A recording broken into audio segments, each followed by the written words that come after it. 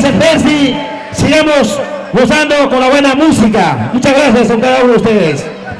Y ahora sí, señoras y señores, menos palabras, más música porque la gente quiere bailar. Listo, listo. Es un placer, un honor, un privilegio presentar a ese afamado grupo musical al legendario. Presentar a este señor, el señor ícono de la música chumbivilcana, Amílcar Maldonado, trío Colcamarca, con ustedes. A bailar, se ha dicho. Querido hermano Percy, permítame saludar primeramente a todos mis hermanos que se han dado cita desde esta hermosa tarde. Han confraternizado en un deporte de los puños, hermanos lindos. Así es. Confraternizado con nuestra costumbre tradicional que es el huailía. De manera, felicitaciones al show Wilfredo, que Paredes, que ha hecho un bonito espectáculo. Un muchacho, caramba, preponderante que siempre saca cara por su linda tierra, Antabamba.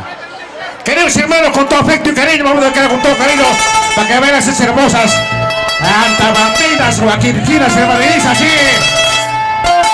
Horacio Quispe, Horacio, para la señorita Mariot Salcedo Casaberro, Edmundo Casaberro, para la familia Matarina, Matara, Melodía Perito y toma el cheque. Dile, tío Jorge Marca de que mi vida, le canta así.